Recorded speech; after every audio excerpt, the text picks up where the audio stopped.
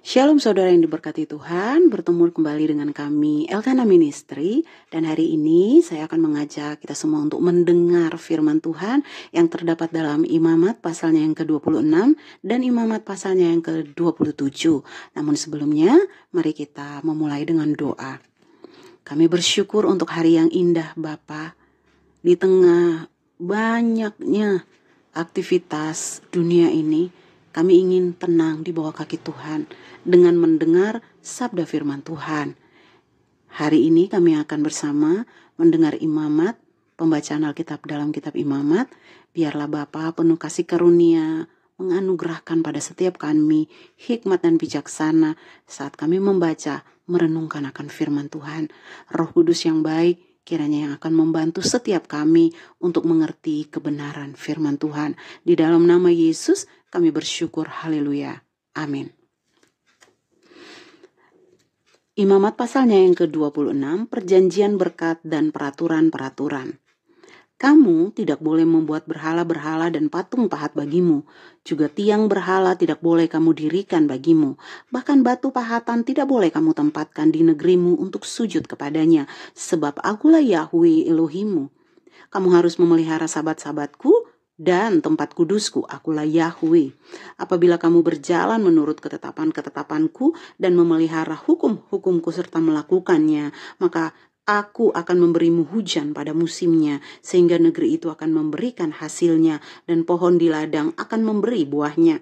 Dan masa pengirikanmu akan sampai pada musim panen tahun-tahunan, dan musim panen tahunan akan sampai pada musim menabur.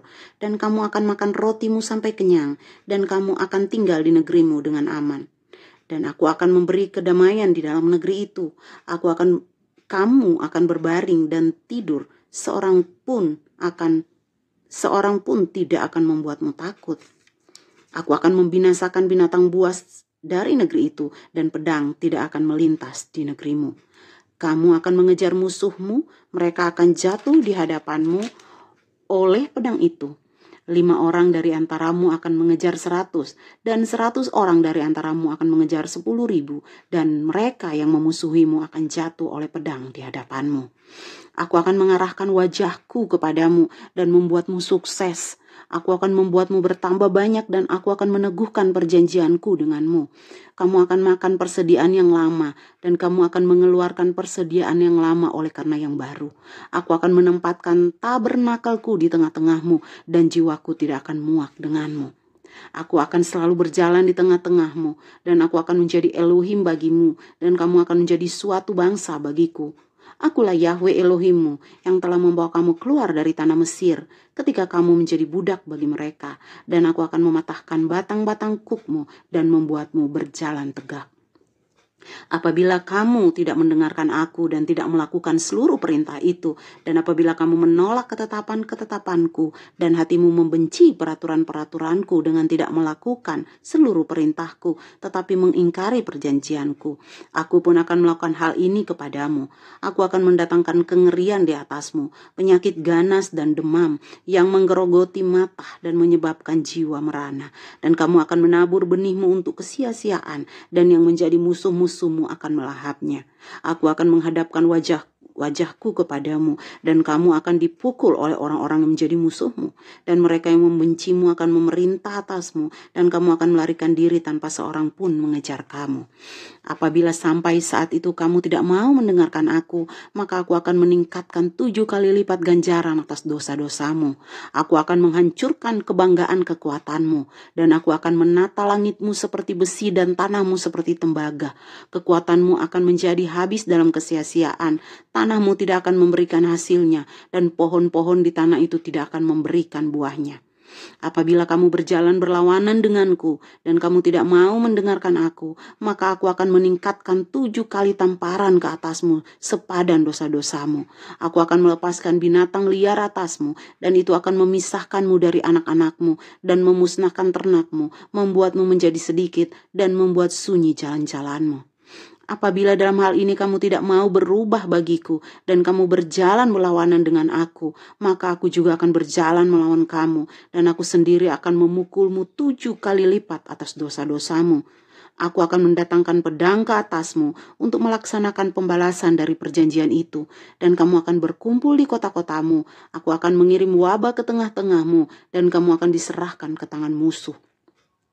Ketika aku memusnahkan persediaan makanan atasmu, maka 10 wanita akan membakar rotimu di dalam sebuah tungku. Dan mereka akan membawa balik rotimu berdasarkan timbangan, dan kamu akan makan namun tidak menjadi kenyang. Apabila hal ini kamu tidak mendengarkan aku dan kamu berjalan melawan aku, maka aku akan berjalan melawanmu dengan keras, dan aku sendiri akan menghajarmu 7 kali atas dosa-dosamu. Dan kamu akan makan daging anak-anak laki-lakimu, dan kamu akan makan daging anak-anak perempuanmu. Aku akan memusnahkan tempat-tempat pemujaanmu dan menghancurkan patung-patung berhalamu. Dan aku akan menyusun mayat-mayatmu di atas puing-puing berhala-berhalamu, dan jiwaku muak denganmu. Aku akan membuat kota-kotamu menjadi reruntuhan, dan aku akan merusak tempat-tempat kudusmu, dan aku tidak mau lagi menghirup wangian yang menyenangkan darimu. Aku akan menghancurkan negeri itu, dan musuh-musuhmu yang tinggal di sana akan membuatnya sunyi. Aku akan menyerahkan kamu ke antara bangsa-bangsa, dan aku akan menghunus pedang di belakangmu, dan negerimu akan menjadi tandus, dan kota-kotamu akan mengalami kesunyian. Pada waktu itu negeri itu akan menjadi puas dengan sahabat-sahabatnya selama masa kesunyiannya. Dan kamu berada di negeri musuh-musuhmu. Pada waktu itu negeri itu akan beristirahat dan akan menikmati sahabat-sahabatnya. Negeri itu akan beristirahat selama masa kesunyiannya dan akan mengalami apa yang belum pernah terjadi ketika kamu tinggal di sana. Mereka yang tersisa dari antaramu, aku juga akan mendatangkan ketakutan ke dalam hati mereka di negeri yang menjadi musuh-musuh mereka. Dan bunyi daun yang bergerak akan mengejar mereka, dan mereka akan melarikan diri, pelarian dari kejaran pedang, dan mereka akan jatuh ketika tak seorang pun mengejar. Mereka akan menjatuhkan seorang terhadap yang lain seperti di hadapan sebuah pedang, bahkan ketika tak seorang pun mengejar, dan mereka tidak akan memiliki kekuatan untuk berdiri di depan musuh-musuhmu. Dan kamu akan binasa di antara bangsa-bangsa, dan negeri yang menjadi musuh-musuhmu akan melahapmu. Dan yang tersisa dari antaramu akan membusuk oleh kesalahannya di negeri-negeri yang menjadi musuh-musuhmu, dan juga oleh kesalahan leluhurnya mereka akan membusuk bersamanya. Dalam pengkhianatannya, mereka akan mengakui kesalahan mereka dan kesalahan leluhur mereka ketika berkhianat kepadaku dan juga ketika mereka berjalan bertentangan dengan aku.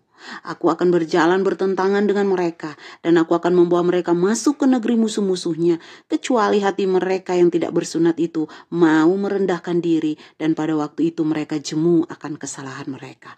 Maka aku akan mengingat perjanjianku dengan Yakub dan juga perjanjianku dengan Ishak dan juga perjanjianku dengan Abraham, dan aku akan mengingat negeri itu. Namun negeri itu akan ditinggalkan oleh mereka, dan biarlah ia menjadi kenyang akan sahabat-sahabatnya dalam keterpencilannya dari mereka. Dan mereka akan menjadi kenyang oleh kesalahan mereka, bahkan karena mereka telah menolak penghakimanku dan jiwa mereka membenci ketetapan-ketetapanku. Lebih jauh dari itu, dalam keberadaan mereka di negeri musuh-musuhnya, aku tidak menolak mereka, juga tidak membenci mereka dengan melenyapkan mereka, sehingga membatalkan perjanjianku dengan mereka, karena akulah Yahweh Elohim mereka. Mengenai mereka, aku mengingat perjanjian mereka yang dahulu saat aku membuat mereka keluar dari tanah Mesir, di mana bangsa-bangsa lain, di mata bangsa-bangsa lain, untuk menjadi Elohim atas mereka. Akulah Yahweh. Inilah ketetapan-ketetapan dan peraturan-peraturan dan hukum-hukum yang telah Yahweh buat antara Dia dan Bani Israel di Gunung Sinai dengan perantaraan Musa. Pasal yang ke-27, pendanaan tempat suci. Berfirmanlah Yahweh kepada Musa, berbicara kepada Bani Israel, dan haruslah engkau mengatakan kepada mereka, ketika seseorang menyatakan suatu nazar yang sukar, haruslah jiwa-jiwa itu menjadi milik Yahweh berdasarkan taksiranmu. Haruslah taksiranmu berlaku atas laki-laki yang berumur 20 tahun sampai 60 tahun, dan taksiranmu haruslah 50 shikal perak menurut shikal kekudusan. Tetapi jika ia itu perempuan, maka taksiranmu haruslah 30 shikal. Jika orang itu berumur 5 tahun sampai yang berumur 20 tahun, maka taksiranmu atas laki-laki haruslah 20 shikal, dan terhadap perempuan 10 shikal.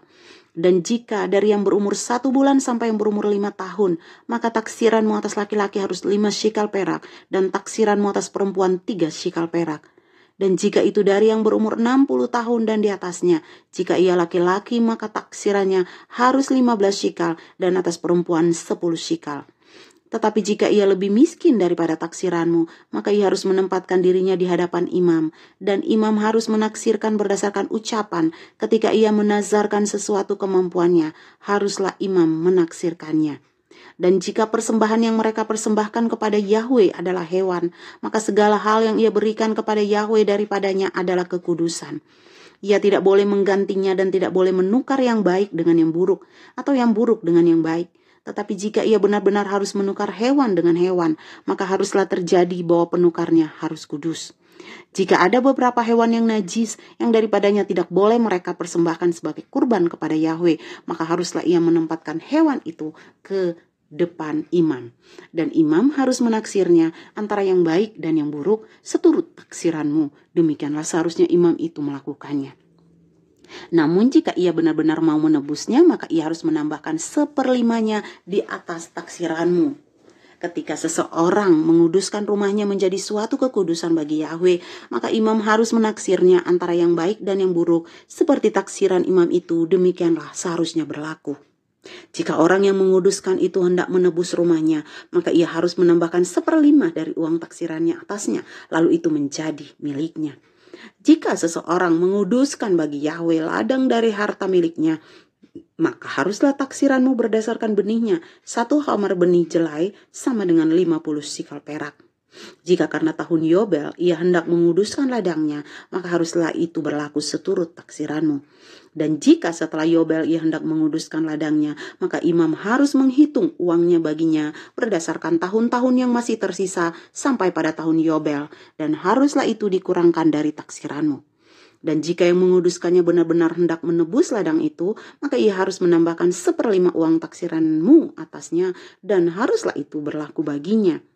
Apabila ia tidak mau menebus ladang itu, atau apabila ia telah menjual ladang itu kepada orang lain, maka itu tidak dapat ditebus lagi. Dan ladang itu pada saat pembebasannya pada tahun Yobel akan menjadi kudus bagi Yahweh, sebagaimana ladang yang ditentukan bagi Yahweh, maka haruslah ladang itu menjadi harta milik imam.